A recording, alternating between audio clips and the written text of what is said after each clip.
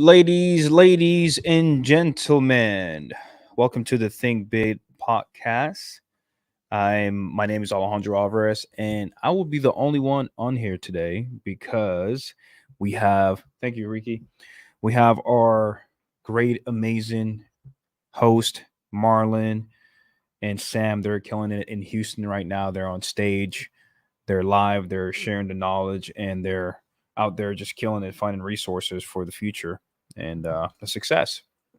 So, hello to you guys, ladies and gentlemen. This is where, if you have any limited mindsets of how to become bigger in your industry, real estate, business, it could be any type of business, really. If you're just a solo entrepreneur looking to make money or get started, escape the W 2, escape the matrix, what they call it now.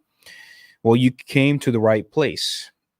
Okay. I'll be going over very specific things that I did in the past on how I made $270,000 in my wholesale business, which sounds crazy if you think about it out loud, right? The most I've ever made in a W 2 job was probably around 120, and that was just strictly commission.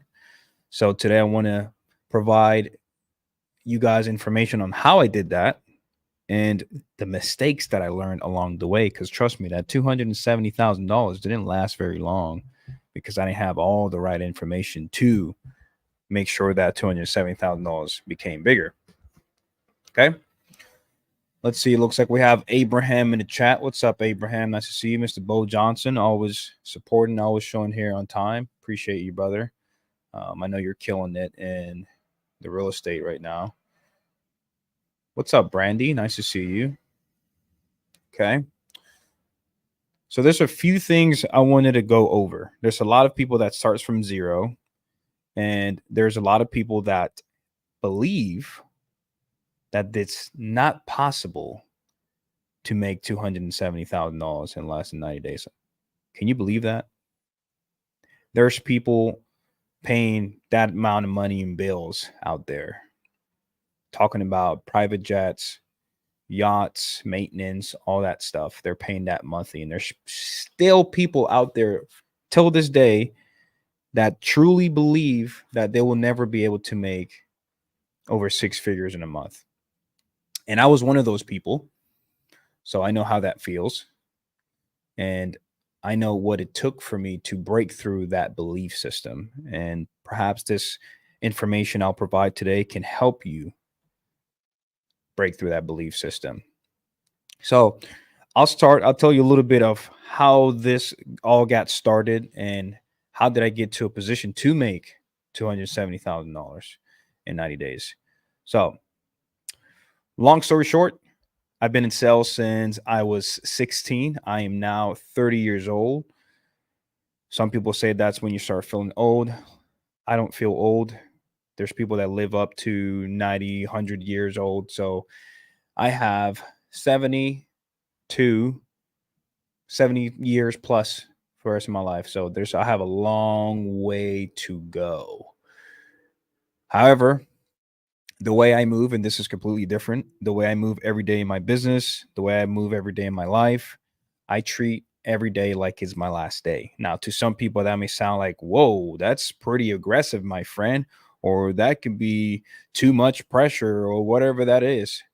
Don't really care about, the negative thoughts about it because everyone is completely different. Everyone's going to have one thing that pushes them to the next limit. And for me, that's what it does to me because tomorrow's never promised. We all have an expiration date. And this is the quote that changed my life, really, the way I think of my life. We all have an expiration date. We just don't have the date. We don't know the date. Kind of like when you buy cheese at the store, it says, hey, best by or expired by in 2 weeks. You have to use that cheese before that 2 weeks is up, or it's going to start getting some mold, mildew all over the place. It might not taste good anymore. So for me, I look at life that way. At some point, I'm going to be in a position that I won't be able to provide for my family. So I'm going to take advantage of every single day that God gives me a blessing to be here. So I'm going to use it and take advantage of it every single day.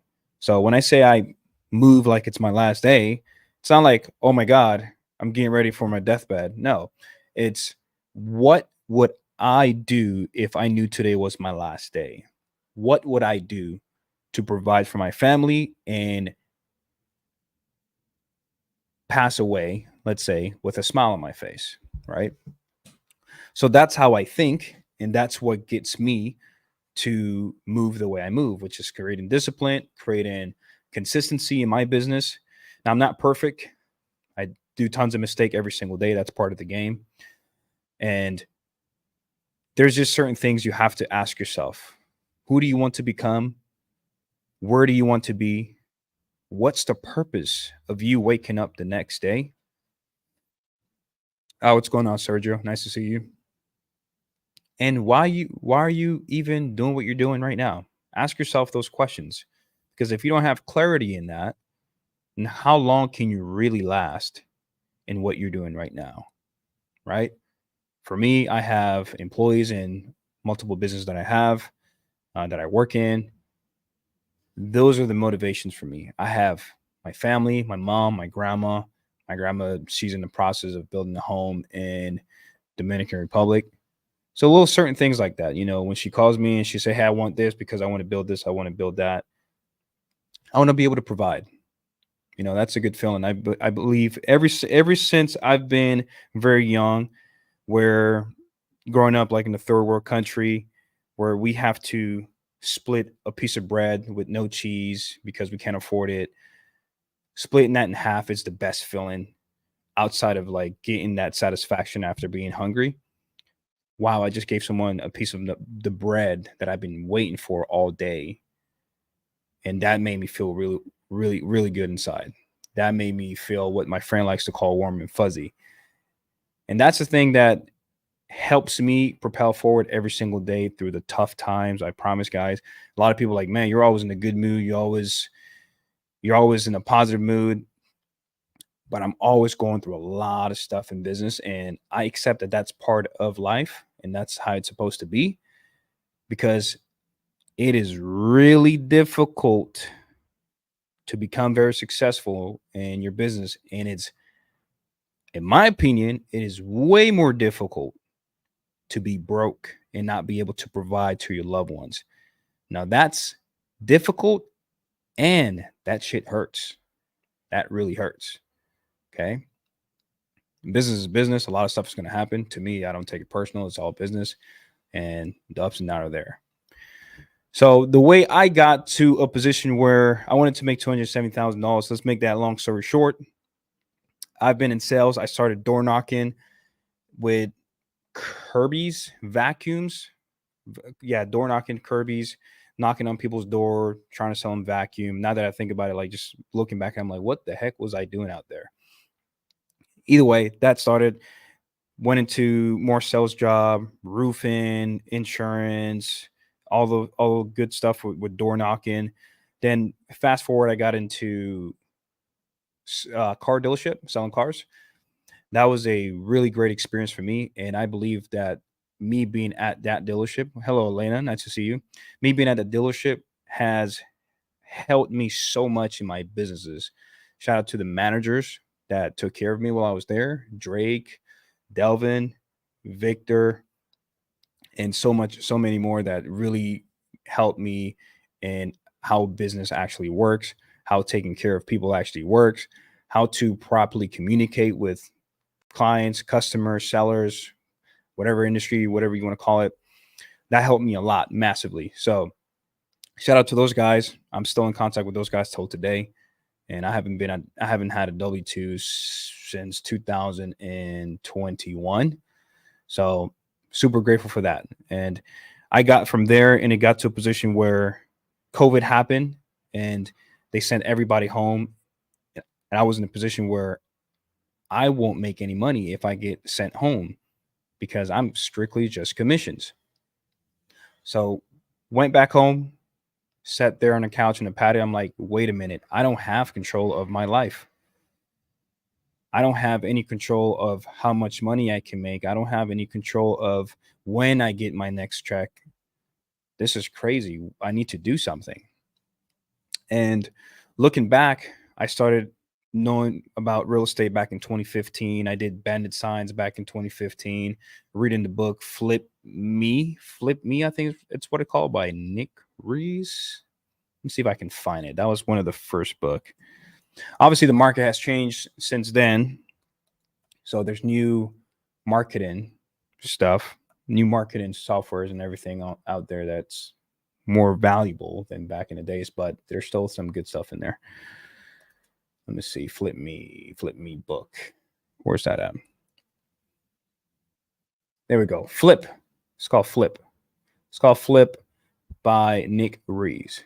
So shout out to Nick Rees. So started reading that book. What's up, Jim? Nice to see you. Absolutely. Absolutely.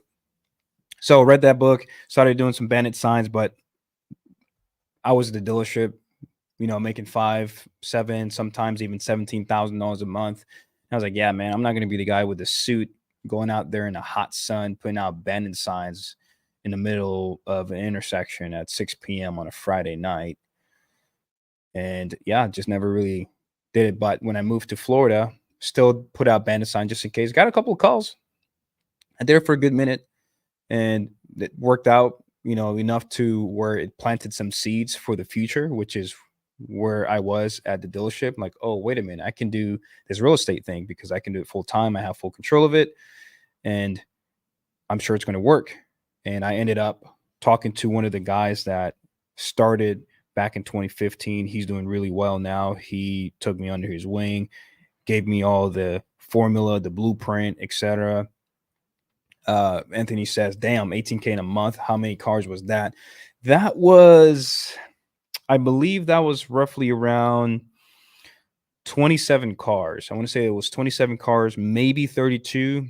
I think 32 was the most I've done, maybe a little bit more, but I think 27 cars was what made me that $17,000. And I have the trophy somewhere back there. You can't see it, but it's somewhere back there.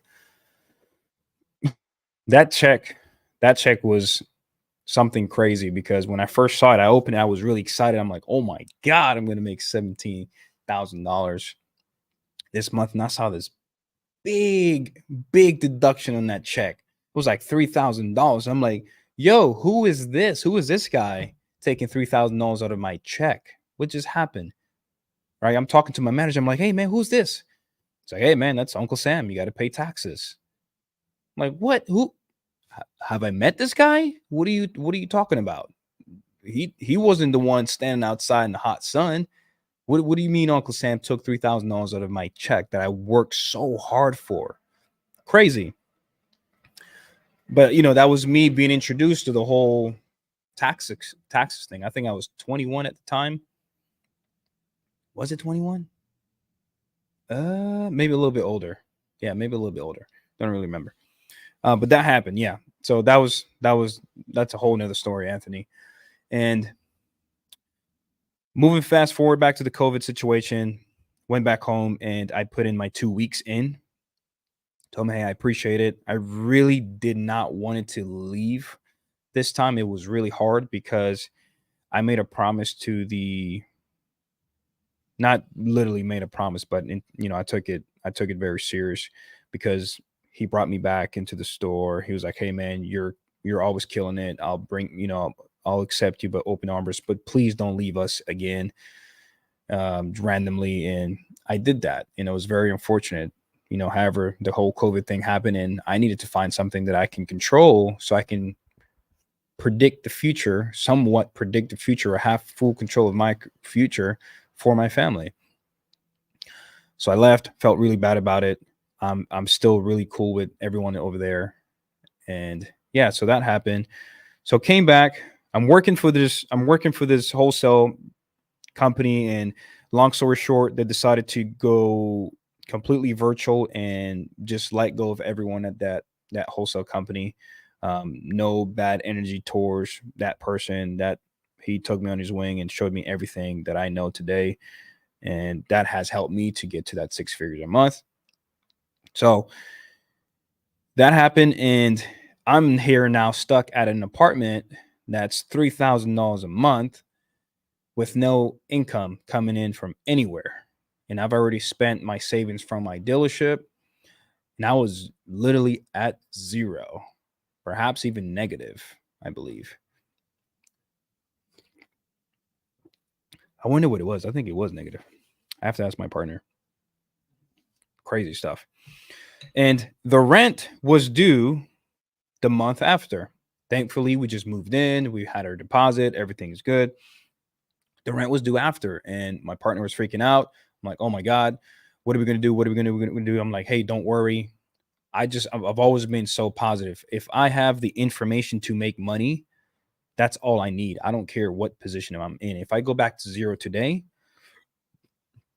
and this is quote by Jim Rohn, and maybe it's not word for word of how he said it, so don't hold me to this, but he said, it's not the money that makes you a millionaire. It's the knowledge you acquire to make a million that makes you a millionaire. It could be completely different. He said it completely different, but that's just how my mind remembers it right now. And that I didn't understand that. I didn't understand it when he first said it. I just thought it was Jim Rome the shit sounded really cool. I'm like, yo, that sounds pretty badass. I don't know what you mean, but sounds pretty cool. And it made a lot of sense when I started going back to zero after I made all that money. I'm like, wait a minute. Now that I'm here at my apartment, I know exactly what to do to make $10,000 right now, or to get access to $3,000. So got on the phone. The first thing I did, I popped an Adderall. I don't do Adderall. That was probably the last time I did an Adderall. And it got me locked in, dude. I was so desperate to make sure I don't get distracted, because I get distracted very easily. I see my phone ring and I get on it. And here's another tip, guys. You should write this down. Whenever you check your phone, quote unquote, really quick, you're interrupting the momentum you have created to get into that focus state of mind. So keep that in mind. Whenever you're checking your phone really quick, you're not checking your phone really quick. You are destroying the momentum that took you about 10 to 15 minutes to create. So keep that in mind. That is really important. Anyway, popped the Adderall, threw my phone across the room, and I started cold calling. Pulled the list myself, started cold calling, and I got the first seller interested in selling. I was closing deals straight from the cold call, man. No problem, Jim. I was closing deals straight from the cold call. I was in, oh, let's submit the lead. Let's do it. I'm closing it right now. There's no, okay, well, let me see what I can do for you. Let me see what kind of offer I can build up. I didn't have that type of time, guys. I needed to get a deal today, because if I don't know what's going to pay my rent the next month.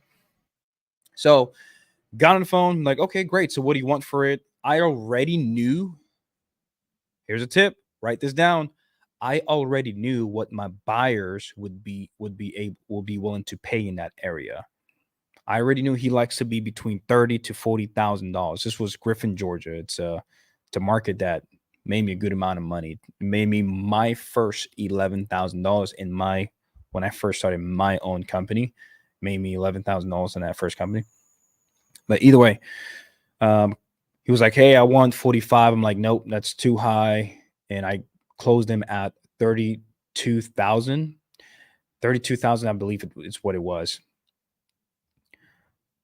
As soon as he's getting ready to agree to the 32,000, I'm already texting my buyer. I'm like, hey man, I have another deal in Griffin coming up. I sent him the address. What can you offer on this? I'm asking for $40,000.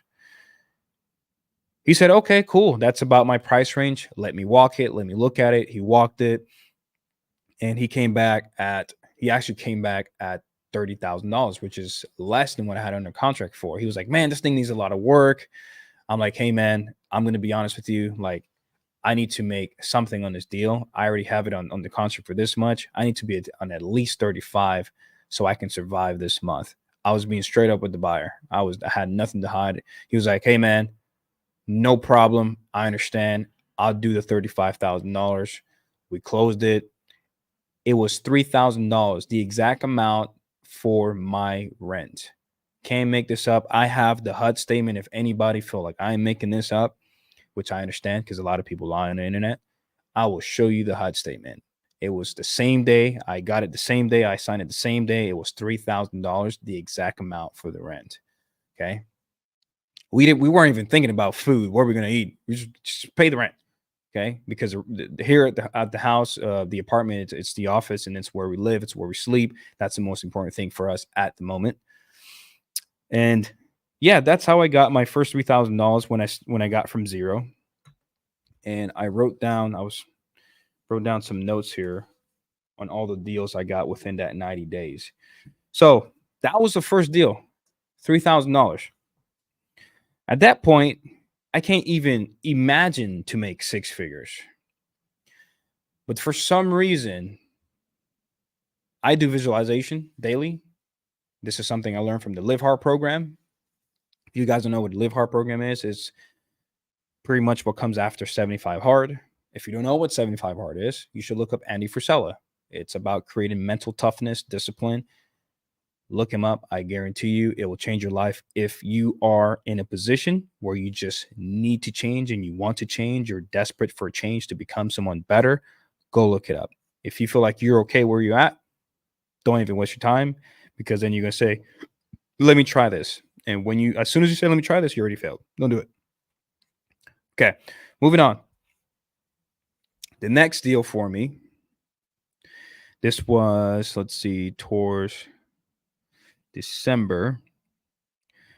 This deal made me around $4,400. So I'll go through the list really quick of all the deals I've gotten. And it'll equal to 270, somewhere around there.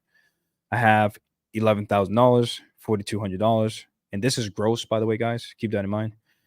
$4,400, $11,680, $6,300, $3,150, $3,000, $16,500, $4,400, $3,200, $1,000, $30,000, $22,000, and that's one deal that made us $150,000, which is insane, crazy.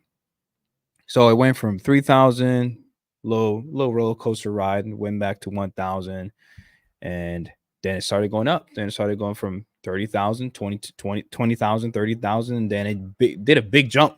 It went straight to 150. They didn't say 50, didn't say 70, which is crazy, man, because the timing was so perfect, at least for me, because we didn't, my partner and I, we didn't even have enough money to buy a Christmas tree or buy us Christmas gifts. Oh, dude, I'll tell you the story on that 150. It's insane. But here's a crazy thing, Anthony. Out of all those deals, this was the easiest deal. The $150,000, it was the easiest, less headaches out of every deal below that. Crazy, crazy, crazy, crazy. So again, we didn't have money to buy a Christmas gift. We didn't have money to buy a Christmas tree. For those who know, I now have a 12 feet Christmas tree, and that was part of the reason why I got that tree. It was like, dude, I'm gonna flex so hard when I get money. I'm gonna get this Christmas tree. I promise you, I don't want to go through having another Christmas where I can't even buy myself a Christmas gift. F that. So that was just one of my trophies. It's the Christmas tree is still up. I probably won't take it down until March. Some people are like, yo, dude, that's Christmas is over. It's more than Christmas to me. So it's going to stay there till March. I think that's what I did last year too. It was pretty funny. My partner was like, dude, what are you doing? Are you going to take it down or not? I'm like, no, it's going to stay there. It's an inspiration. It's a trophy. Okay. So did that, and all that money coming in, it was such a crazy thing.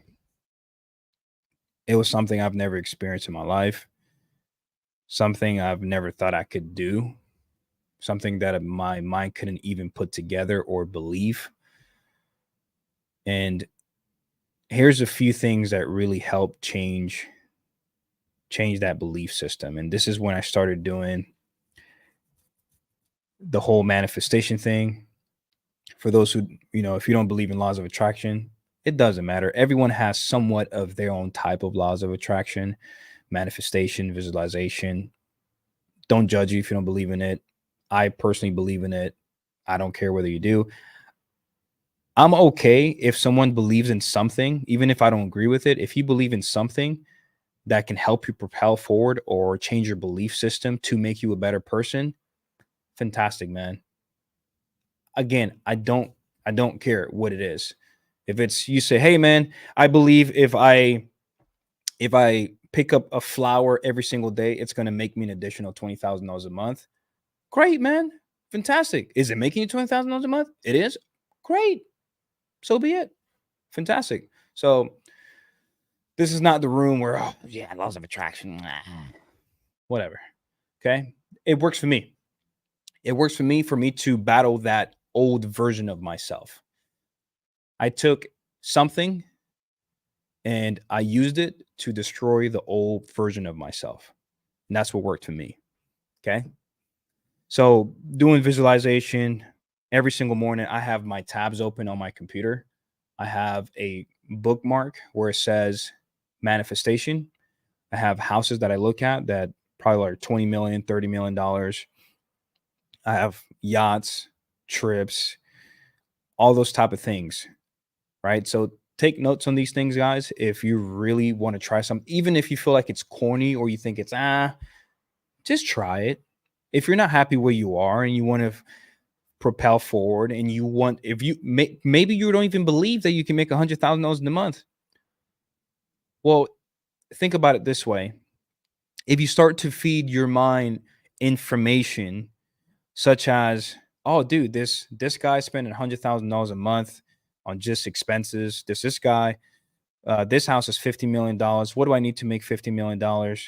Like, you need to normalize those thoughts in your mind. That's how you kill that old version of yourself.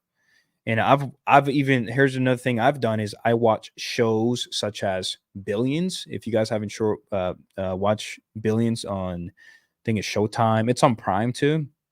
Bobby Axelrod, stuff like that. Like, I watch those shows for the specific reason of where is going to help my mind absorb different ways of how money works, what it looks like, what it sounds like, how do people walk, what do people care about, what are their concerns, what are the multi-billionaires out there thinking about.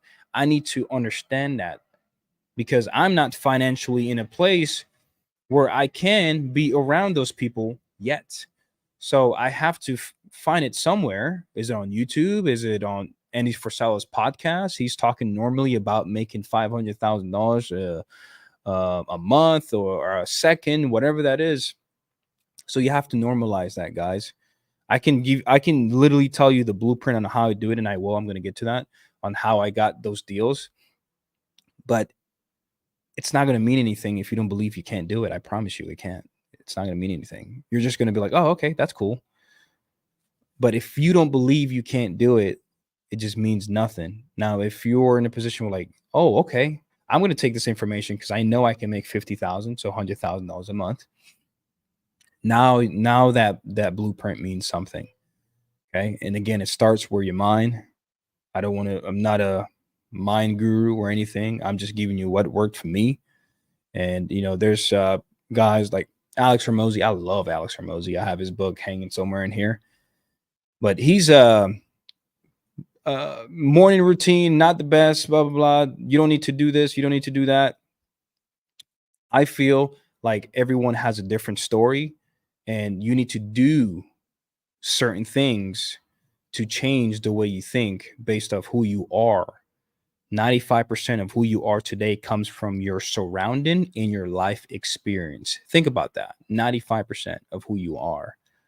So if Alex Ramosi grew up where his dad normalized that $500,000 a month, a year, or whatever, to him it's like, I don't need to do meditation. I already know this is possible. So that's a whole nother conversation, but just wanted to put that out there. Okay. Now it's 30 minutes in. Perfect. This is some great time to get into on how I got those deals. Where do I find those leads? when I had $0 in my pocket. I already give you guys a hint of how I got the first one, which was cold calling. Okay. So let's start there. I'm going to share my screen with you guys. If you have any questions so far, feel free to put it in the chat because I'd love to answer them. See what I have.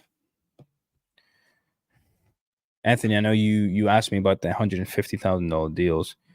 Let me see if I have the HUD statement too, so I can show it to you guys. Crazy. Podio. Okay. So let's say I have $0. Let me share my screen here on my iPad.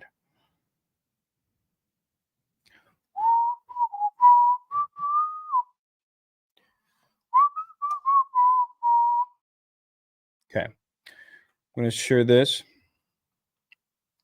Let's say I have, can I move my name? I wonder if I can move my name from here. Yes, I can. There we go. Okay, so let's say I have $0 right now to my name. Maybe you have some money in your pocket and you just don't want to use any of that to make some money. Here's the first thing I would do. Step number 1.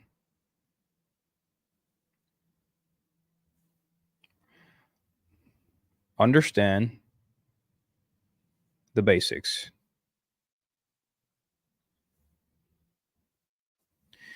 What I mean by the basics? Well, what is wholesale real estate, man? Okay, you find leads, you get it under a price that a buyer would pay for it. Very simple. Find leads, put it under contract for a price less than what a buyer would pay for it. Very simple. Example. If a buyer would pay, I want to use bigger numbers, $200,000 for a deal, all you have to do, man, is just get this for less than 200,000. So let's just say 180. Okay. And what you're going to do, you're going to have this contract with the seller, contract number 1.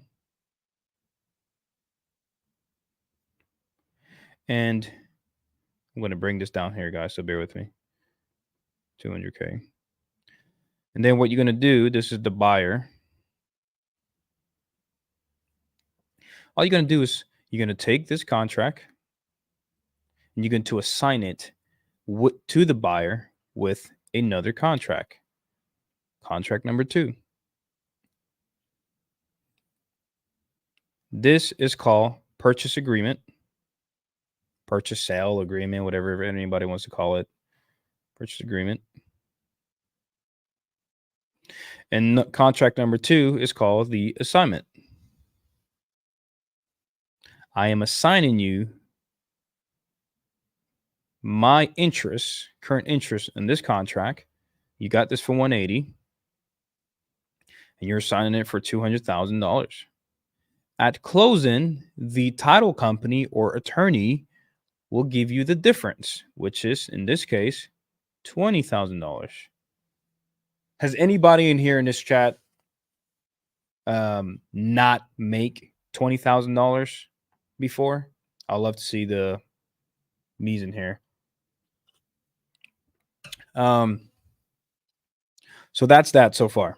You're assigning it to the buyer. It's really that simple. You're going to assign this to the buyer for a higher price. Okay. Lena says you haven't made $20,000. Have you gotten any deal, Lena, like 10,000, 5K? Not on one deal. Okay. Got it.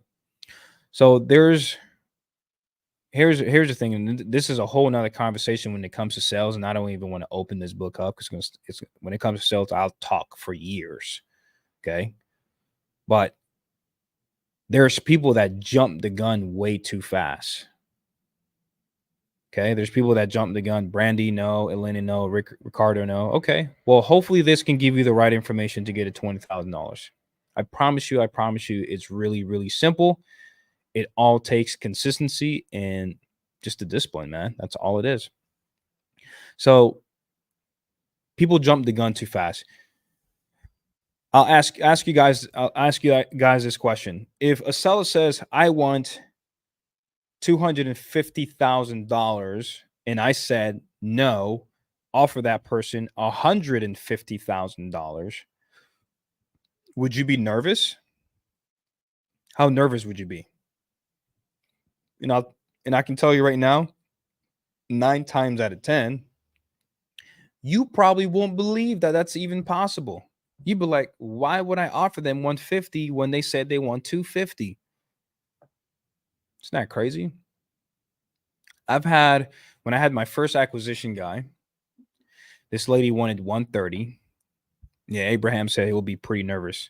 Ricardo says difficult conversation. Oh my God.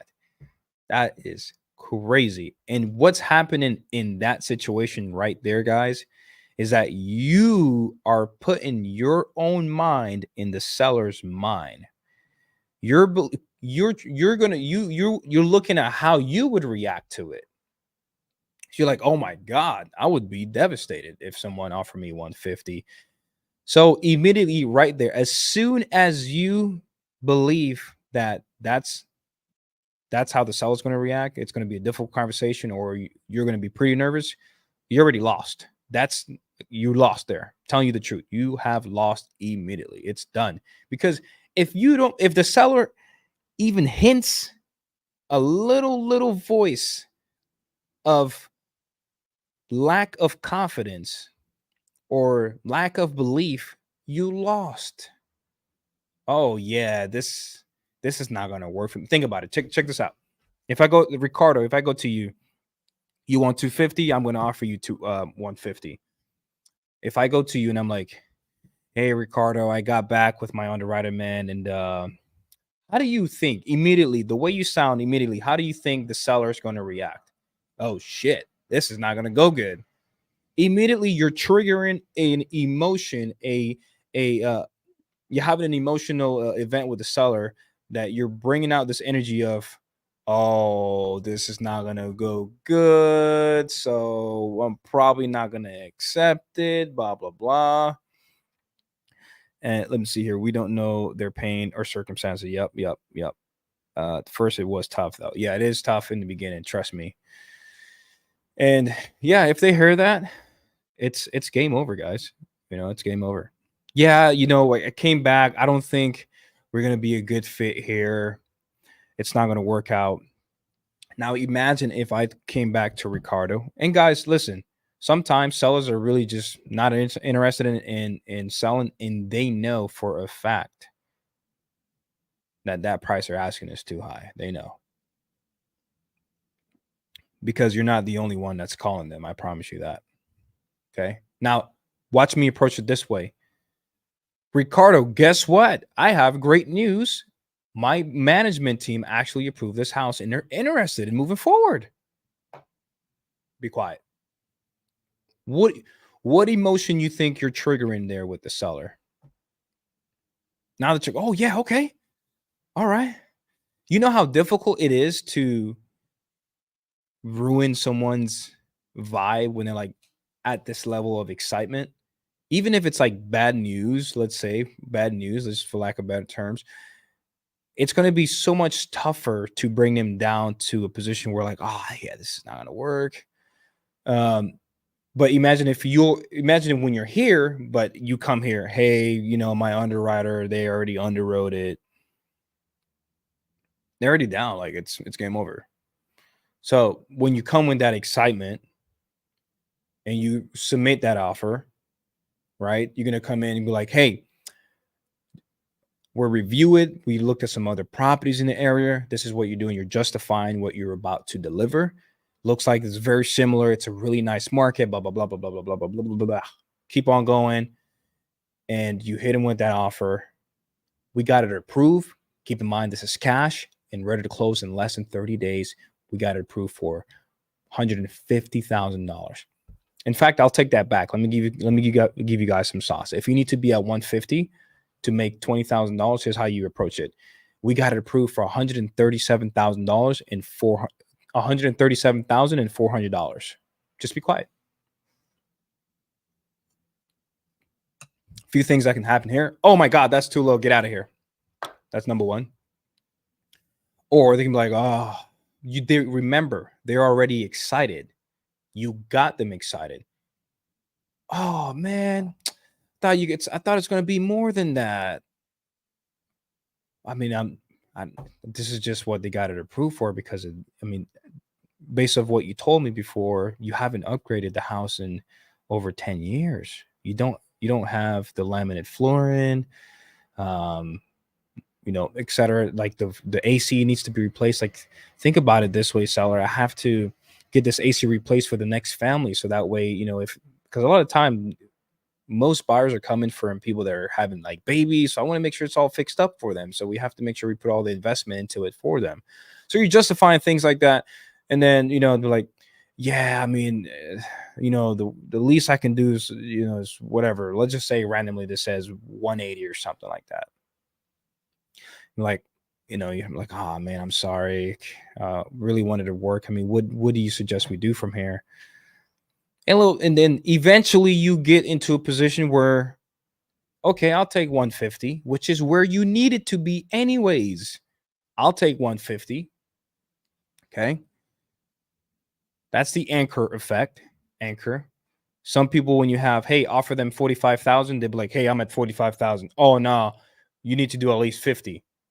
But when you offer them, this is something weird. When you offer them, I need to be at, what was it, the offer? 50? Let's just say you need to be at 50. I need to offer them, I'm at $37,200. It's such a weird thing, but what happens there, that number sounds so specific that they don't even think of going over like $10,000. You don't guide them into a mindset of let's go up 10,000. You guide them into a mindset of let's go up a couple $1,000 because it's very specific. Can you go up at least $3,000? You'll be surprised. Okay. So yeah, that's a little tip for the sell stuff. So where I got these leads from, and I'll share with you guys. Let me go back to my iPad. Okay, let me go back to my steps. So step one, understand the basics. Understand what wholesale is. Step two, find an active buyer. And I'm going to zoom through this. You guys can watch back because I want to get to some nitty gritty as well. Step two is find a buyer. Okay. Yeah, no problem, Ricardo. No problem. Find a buyer. How do you find buyers? There's multiple ways. Let's start for free. How do I get this buyer for free? Check this out, guys. Let me share my screen. Present. Share screen. I'm going to share window. I'm going to share this. Let me know. Can you guys see that? Let me know if you guys can see my screen.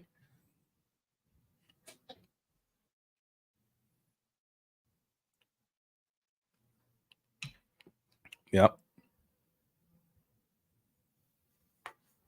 Okay.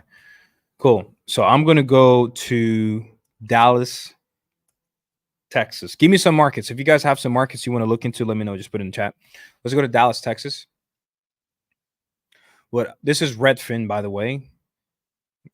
The person who got me into Redfin was Jerry Norton. Shout out to Jerry Norton. Huge inspiration. This guy did a lot for us in the wholesale industry. So shout out to Jerry Norton and his family. And I'm going to look at for sale. I'm going to look at the house. Okay. And what I'm going to do here, guys, I'm going to go scroll down all the way down to the keywords search. You can do this on Zillow too. I just prefer Redfin. I feel like it's a bit more bougie. San Antonio and Houston. Okay, cool. I'm going to look for brand new. Just type in brand new keywords.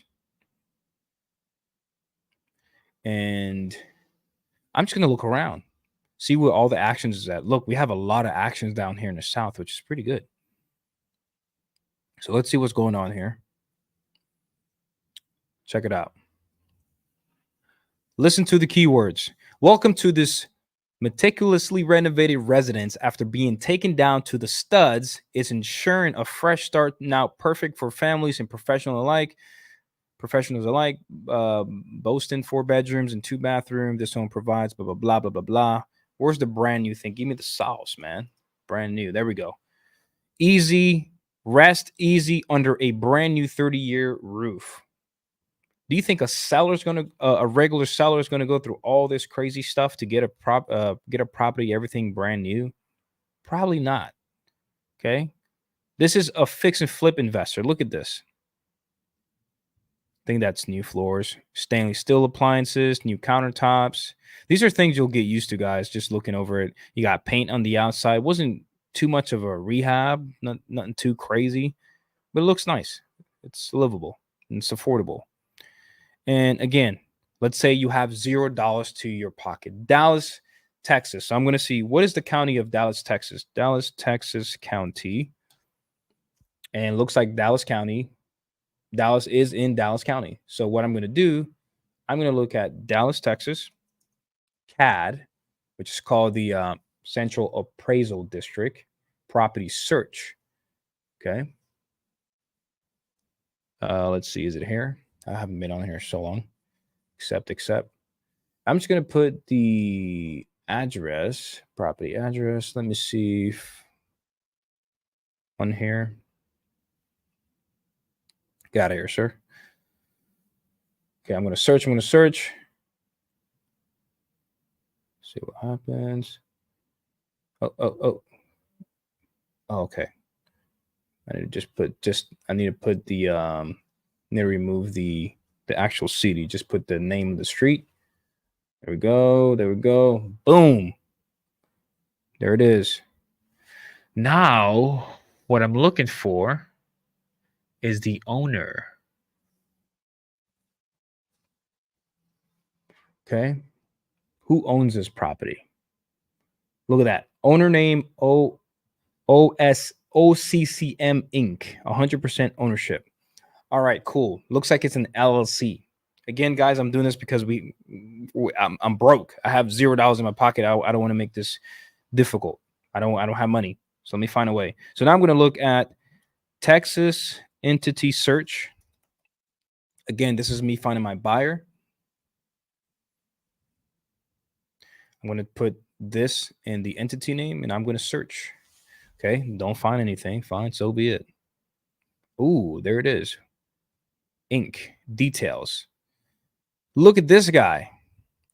He didn't use PCS to do his LLC. He used himself to create his LLC. Roger Lopez. Look at that. My friend, I am going to find you and I'm going to ask for your buy box. Okay, now what I'm going to do is true people search. Guys, I haven't spent a dime yet, so there shouldn't be any excuses here. There shouldn't be any excuses on why you don't make money. What are we doing here? 12th Street. Oh, no. Easy. That's Dallas, Texas, my friend. There we go. Roger Lopez, 62 years old. My man means business. Where's his wireless number? Landline 214. Let me see. If he answers, I'm going to make it really quick. I don't think you guys care if I go a little bit over an hour, maybe. Let's call Roger. Let's call his landline. I always look the possible primary number, 366. Typically, you want to stay with the wireless number, but for some reason, this one is a primary.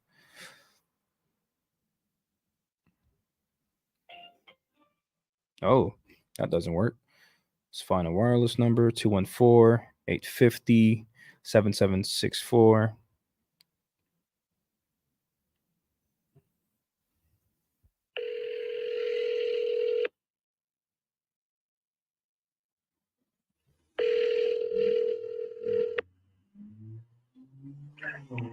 Hello, can I help you? Hey, this is Alex. I was calling Roger. This is him. Hey, Roger. Sorry for bothering, man. I saw that you were doing some fix and flips in Dallas, Texas, and want to see if you're still looking for properties out there. I have some off-market properties. We're not looking for anything right now, thank you. Okay, no problem. Anytime in the future? Probably gonna give it a rest for the next 3 or 4 months and then go from there. 3 to 4 months. Perfect. And then last question, Roger. Do you know anybody else that could be looking for any more off-market discounted properties? No, sir, not right now. Okay, no problem, Roger. Hey, man, I appreciate you for taking the call, and talk to you All right. soon in the future. All right, thank you. No problem. Bye bye. Cool. That was it. That was it. Roger he doesn't want to go buy more properties right now. So be it. But guess what, guys? This is a numbers game.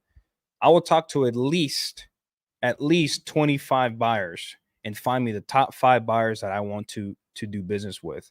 Again, find the top 10, talk to at least 25 buyers, find the top 5 buyers that you want to work with. How do you pick your top 5 buyers? Well, you ask them questions such as, hey, how often do you buy properties? What criteria? What's the price range, et cetera, et cetera, et cetera. Once you find that information, all you have to do is go find the deals. That's all it is. Okay. So let's just use Roger as an example. Okay. He's unfortunately not buying deals right now. It's fine. Let me see how long this has been on the market. Maybe he's a little bit upset. How long this thing been on the market? Oh, this was just 29 hours ago. 29 hours ago. So if Roger's buying properties like this, guys, guess what I'm going to do? It's a 1948. It's a 42, 1400.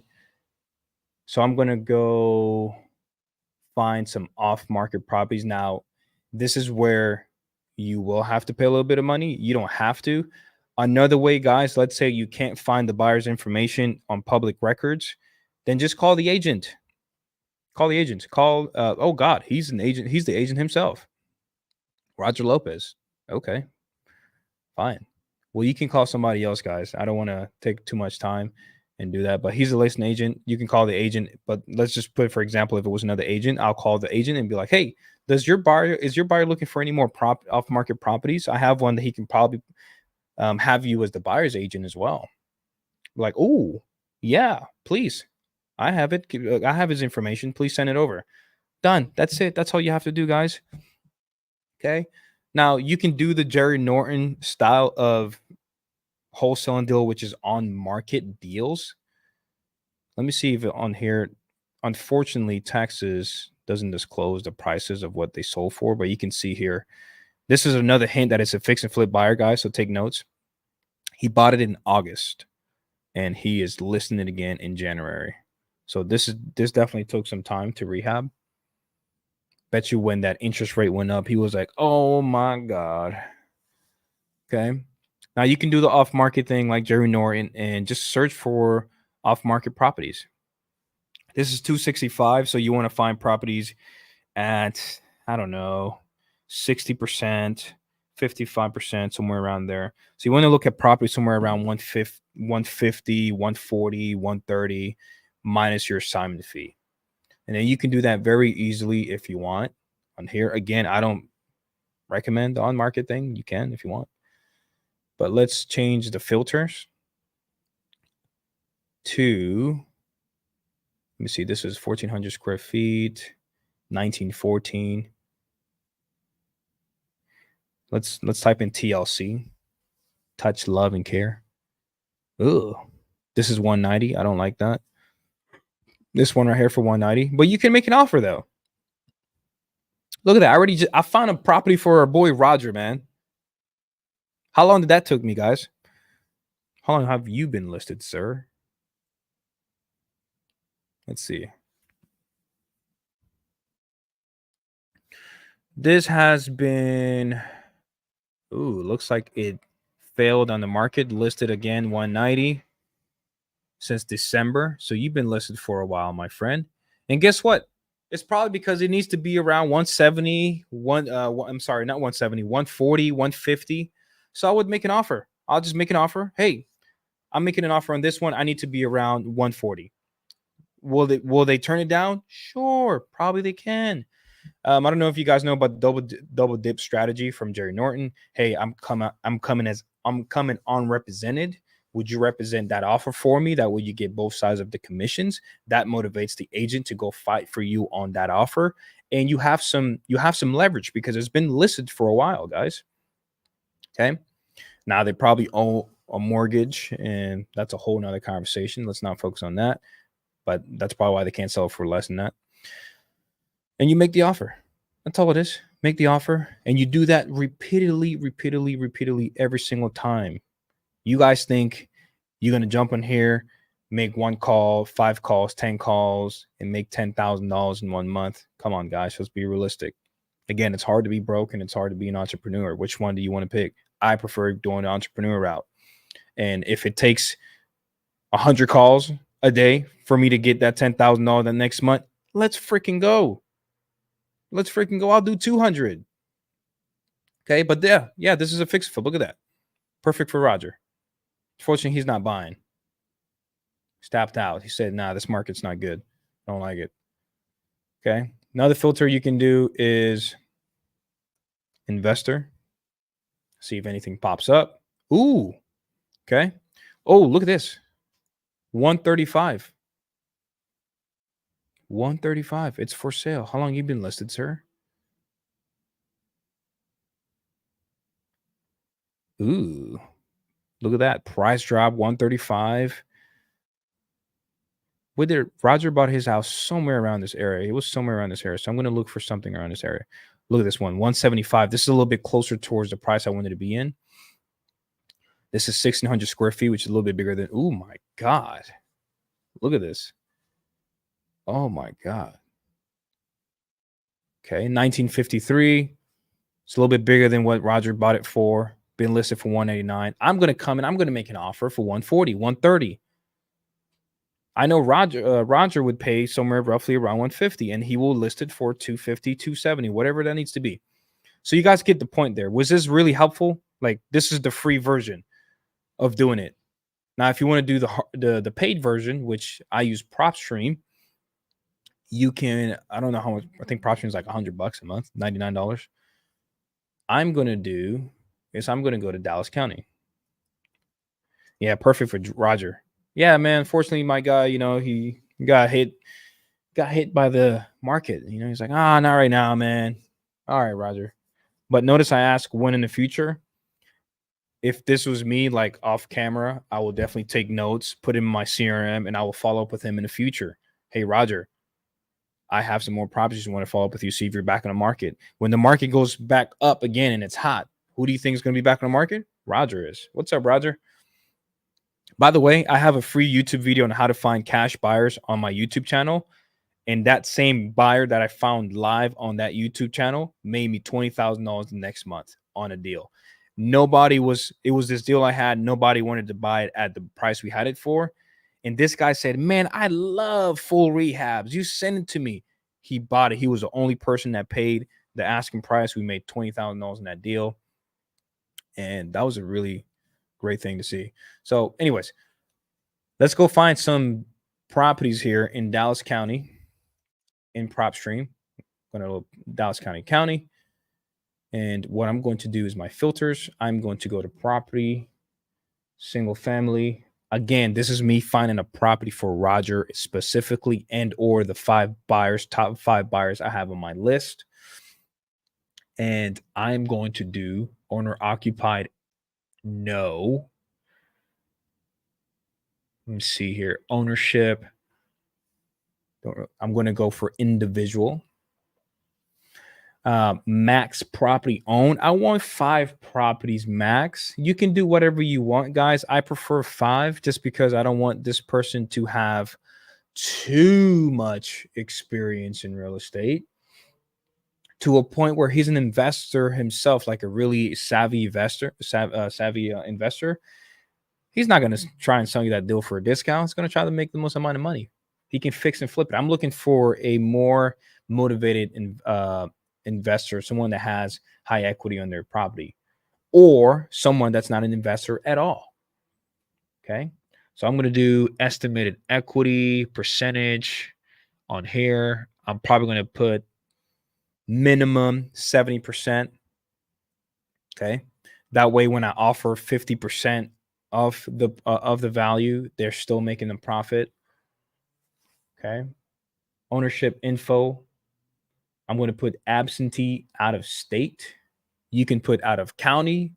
You can put local, whatever you want. I put out of state because a person that's out of state, it's more likely to be more in headaches or just in distress because nobody wants to fly out and take care of it.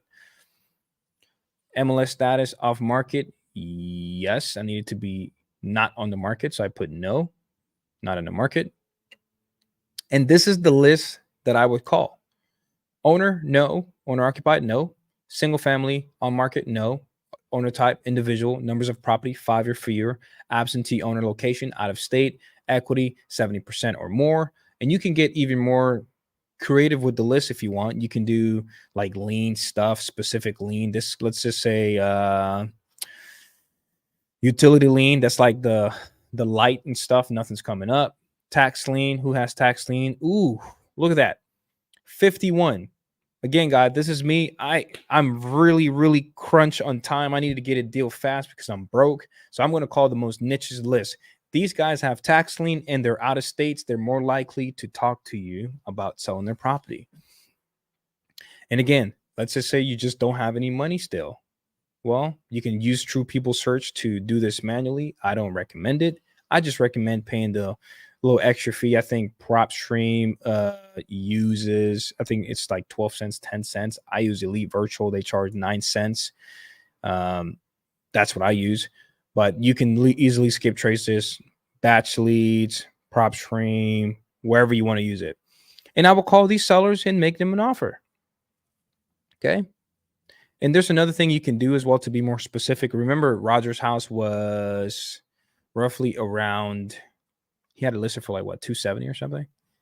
Yeah, 265. So I'm going to find houses around that value. I didn't get much information from Roger because he's not in the market right now. So, but let's just say valuation and equity. You can put on here. What is it? Where is it? Estimated value. Max.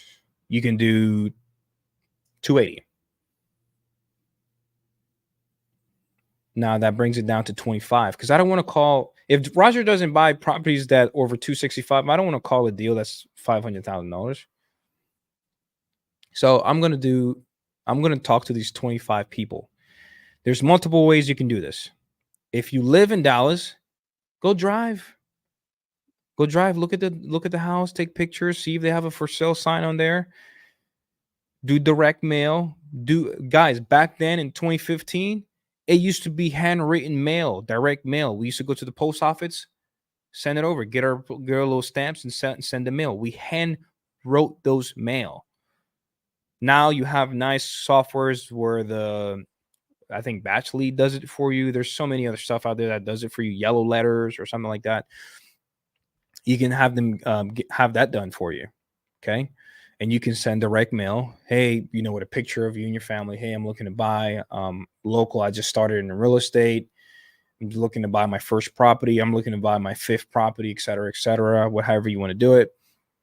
And you send them that and you'll get a call back, guys. It's a numbers game. Okay. Once you send that 25, do you guys think 25 quote unquote potential prospects, it's enough to get to $10,000 a month? Absolutely not. Okay. You definitely need to continue doing more work. Now you got Dallas County. Go find a buyer in another county, Tarrant County, Collins County. Hey, man, what do you buy? Go wherever you need to be. And when I first started wholesaling, by the way, guys, I was in Texas. My first wholesale deal was in Georgia. It's virtual. You're behind a computer. The United States, it's your map. It's your playground. Stay local for what? I'm going to go find deals everywhere as long as you have the right resources, of course. Okay. So that's what I would do. I would pull the list and I will skip trace the list and I will call those individuals, send them direct mail if I want to. Again, this time is of the essence. I want to get a deal fast as possible. I'm calling you. I'm texting you. I'm doing my personal number. I am FaceTiming you. Believe it or not, I FaceTime people, sellers. When I see a lead come in, if they don't answer my call, I send them a Loom video via text message with my face. I don't care. My face. I'm FaceTiming you if you don't answer my phone. Again, guys, remember what I said in the beginning of the call. If today was my last day, how would I work towards my success? Oh, I'm not going to send him a FaceTime because I'm scared to show my face. Sir, that's a potential $20,000, $15,000 in your pocket. Jim, Anthony, Ricardo, if I told you, hey, man, you can make $15,000 on this deal right now, all you have to do is FaceTime this seller, get a hold of the seller.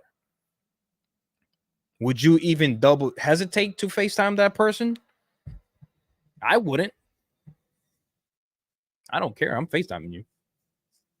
What's funny, I've had sellers that didn't answer like my FaceTime call, and I'll send them like a GIF emoji of like me just, you guys ever seen that Pablo Escobar sitting by himself, or like SpongeBob? But I would do stuff like that, and they'd be like, oh my god, ha ha ha ha, who is this? I'm like, hey man, I've been trying to get a hold of you. You said you told my assistant you're interested in selling them. I'm the buyer. I do stuff like that, guys, because again, tomorrow's never promised. So I'm doing everything in my power to get that opportunity and work that opportunity the best way I can. Because if my mom's in a situation or it's my last day, I want to make sure I tell my mom, hey, I did everything I could to get us closer to that goal. That's one of my goals, is to make sure once I'm on that deathbed, I did everything I could. And that's just me, guys. Perhaps it's just too much for you to think about it that way, but that's just me. Works for me. So, step number 2, find a buyer. I showed you guys how to find a buyer. Step number 3, find the buyer's playground. Find the buyer's playground. Find his buy box. Find him the deals. Find leads for the buyer. Okay. Sorry if I'm going a little bit over. Hope this is providing you guys value so far. How do I stop sharing my screen? This is definitely not like, oh, there we go. It's not Zoom. So that's that. So step number 4, what you're going to do is get it under contract. Get under contract. That's it. Under contract for less than what your buyer would buy for. Excuse my handwriting. And if you guys have any questions so far, what's up, Fabian? Nice to see you. Less than what your buyer would buy. What your buyer would pay. That wasn't tongue friendly, so I'd say something else. Under contract for less than what your buyer would pay. That's it. And step 5, assign it to your buyer. Step 6, communicate with title company. You know how easy it is to find a title company? People are like, hey man, what title company do you use? Man, get on Google, investor friendly title company in whatever county. Hey, just want to confirm you guys are okay with assignments. You guys are investor friendly. You go, oh yeah, we do assignments every time. Fantastic. I have this. I'm gonna send it over. Or guess what, guys? You have a buyer. Mr. Buyer, what title company do you prefer working with? I want to make sure this is a very smooth transaction for you. I want to make sure it's tailored for you. It's all there. The information is all there, guys. You don't have to overthink it. Okay? Communicate with title.